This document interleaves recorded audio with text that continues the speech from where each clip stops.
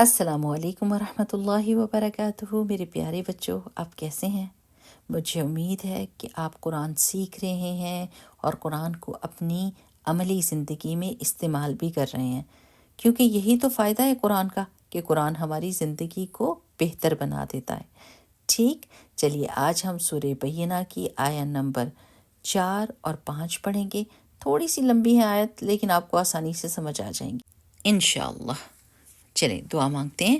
رب اشرح لی صدری ویسر لی امری واحلل عقدۃ من لسانی یفقہوا قولی ربنا زدنا علما اللہم وفقنا لما تحب وترضى آمین۔ شروع کرتے ہیں۔ اعوذ باللہ من الشیطان الرجیم، بسم اللہ الرحمن الرحیم۔ اور ما نہیں، تفرقہ تفرقہ کیا، الذین ان لوگوں نے، اوتو جو دیے گئے، الکتابہ کتاب، الا مگر، من بعد ما بعد اس کے جو، جاءتہم آئی ان کے پاس، البینہ واضح چیز، اور ما نہیں، امرو وہ حکم دیے گئے تھے، الا مگر، لیعبدو کہ وہ عبادت کریں، اللہ تعالیٰ کی، مخلصین خالص کرتے ہوئے، لہو اسی کے لیے، الدین دین کو، حنفاء یکسو ہو کر، وہ یقیمو اور وہ قائم کرتے، الصلاۃ نماز کو، ویؤتو اور وہ ادا کرتے، الزکاۃ زکوٰۃ، وذالک اور یہی ہے، دین القیمہ دین درست۔ اب ہم اس کی رننگ ٹرانسلیشن دیکھتے ہیں۔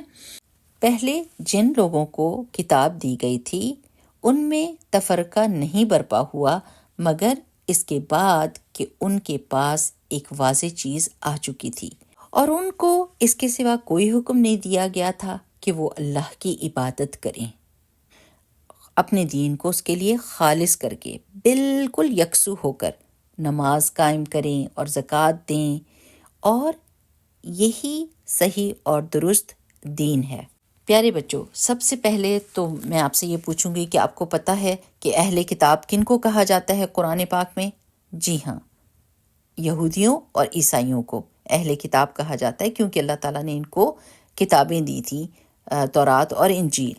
اب پیارے بچوں، آپ کو یہ پتہ ہونا چاہیے کہ ابراہیم علیہ السلام کے 2 بیٹے تھے، ایک اسماعیل علیہ السلام اور ایک اسحاق علیہ السلام۔ اسماعیل علیہ السلام مکہ میں آباد تھے اور ان کے بچوں کو بنی اسماعیل کہا جاتا ہے، اور اسحاق علیہ السلام جو فلسطین میں رہتے تھے، ان کے ایک بیٹے تھے یعقوب علیہ السلام، ان کو اسرائیل بھی کہا جاتا تھا۔ یعنی اسرائیل کا مطلب ہے ان کی لینگویج میں جیسے عبداللہ، اللہ کا بندہ، اللہ کا غلام، تو ان کو یہ کہا جاتا تھا۔ لہٰذا اسحاق علیہ السلام کی اولاد جو ہے وہ بنی اسرائیل کہلائی۔ سو یہ دونوں آپس میں، یہ دونوں فیملیز جو تھیں، یہ آپس میں کزنز تھے۔ ٹھیک، بنی اسرائیل بڑی بے چینی کے ساتھ انتظار کر رہے تھے اور دعائیں مانگتے تھے کہ آخری نبی آ جائیں، اور جو کہ ان کی کتابوں میں بالکل واضح طور پر مینشن تھا، ان کا نام، ان کی خصوصیات، تاکہ جیسے ہی وہ نبی آئیں ان کے سامنے تو یہ فوراً ان کو پہچان جائیں۔ لیکن انہیں پکا یقین تھا کہ یہ آخری نبی بنی اسرائیل سے آئیں گے، لیکن ان کو بہت بڑا دھچکا پہنچا جب اللہ سبحانہ و تعالیٰ نے وہ آخری نبی بنی اسماعیل میں سے بھیج دیے۔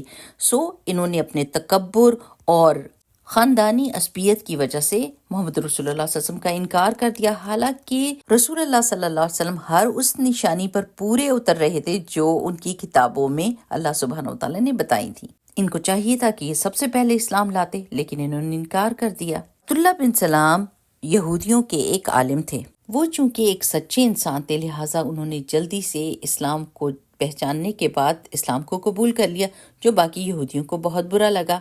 سو جو آیات آج ہم نے پڑھی ہیں اس میں اللہ تعالیٰ ہم کو یہ بتا رہے ہیں کہ اللہ تعالیٰ نے اہل کتاب کو فرما برداری کا حکم دیا تھا کہ اپنی عبادت کرو اور اللہ سبحانہ و تعالیٰ کے حکموں کے آگے جھک جاؤ اور ان کو قبول کر لو، لیکن پھر بھی انہوں نے تکبر کے ساتھ اللہ تعالیٰ کی نافرمانی کی۔